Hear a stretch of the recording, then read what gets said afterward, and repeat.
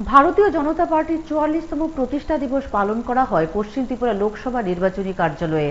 এদিনের কর্মসূচিতে উপস্থিত ছিলেন দলের সর্বভারতীয় সহ সভাপতি তথা ত্রিপুরা নির্বাচনী প্রভারী অবিনাশ রায় খান্না, প্রদেশ সভাপতি রাজীব ভট্টাচার্য, কেন্দ্রীয় প্রতিমন্ত্রী প্রতিমা ভৌমিক।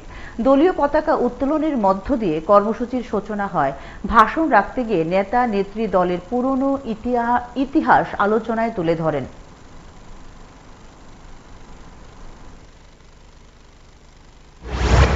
যে 1980 সালে এই 6 এপ্রিল আজকের দিনে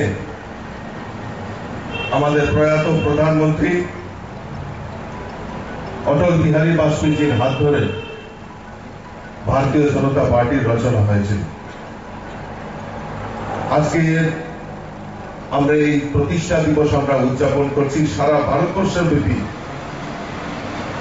এবং তার সঙ্গে আমাদের এই ত্রিপুরা রাজ্যে প্রত্যেকটা বুথে বুথে আমাদের এই স্থাপনা দিবসকে সামনে রেখে আমরা পার্টির প্রতিষ্ঠা দিবস আমরা উদযাপন করছি।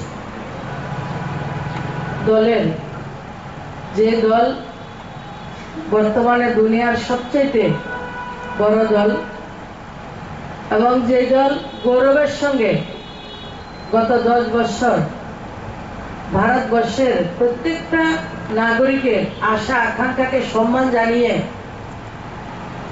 রাষ্ট্র পরিচালনা করছেন নরেন্দ্র মোদীজির নেতৃত্বে, সেই দলের আজকের স্থাপনা দিবস। আমরা গৌরবান্বিত, আমরা আপ্লুত, আমরা অভিভূত, আমরা এই দলের একজন সৈনিক।